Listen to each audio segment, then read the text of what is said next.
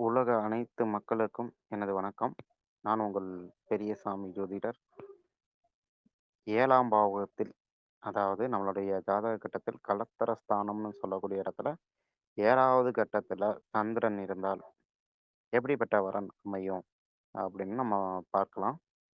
அதாவது 7ல வந்து சந்திரன் இருந்தா கிட்டத்தட்ட ரொம்ப லாங்லலாம் தேட மாட்டாங்க பொண்ணு. கிட்டத்தட்ட தான் தேடுவாங்க. அதேபோல பார்த்தீங்கன்னா, தாய் வர்க்கத்துல தேடுவாங்க. மணமான பின்பு வந்து பார்த்தோம்னா, அவங்களுக்கு ஒரு இடமாற்றம் இருக்கும்.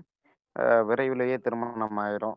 குறிப்பிட்ட ஏஜ்லயே திருமணம் ஆகும். இது ஆட்சி உச்சம் அடைஞ்சால் கொஞ்சம் மாறுதல் வர்றதுக்கு வாய்ப்பு இருக்கு.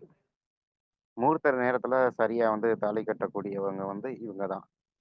இரவு நேரத்தில அதிகம் வேலை செய்யக்கூடிய பெண்ணோ, இல்ல இரவு நேரங்கள்ல அதிகம் சமைக்கக்கூடிய பெண்ணோ இவங்களுக்கு அமையும். இவங்களுக்கு வந்து மன குழப்பமாவே இருக்கும். நிச்சயம் பண்ற வரையுமே வந்துட்டு இவங்க தானா கன்ஃபார்மா நம்ம மனைவி அப்படிங்கிற ஒரு குழப்பம். இல்ல கணவருங்கிற அந்த குழப்பம் வந்து இவங்களுக்கு வந்து இருந்துகிட்டே தான் இருக்கும்.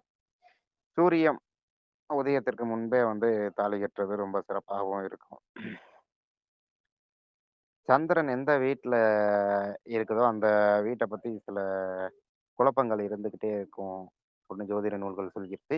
அதேபோல 7ஆம் பாவத்துல இருக்கும்போது சற்று சில குழப்பங்கள் உங்களுக்கு இருந்துகிட்டே இருக்கும். ஆட்சி உச்சமா இருந்துச்சுன்னா, ஆ இந்த குழப்பம் வந்துட்டு அவ்வளோ பெருசா வராது. குரு பார்வையோ, இல்ல 5, 9களின் பார்வையோ இருக்கும்போது இந்த குழப்பங்கள் வராது.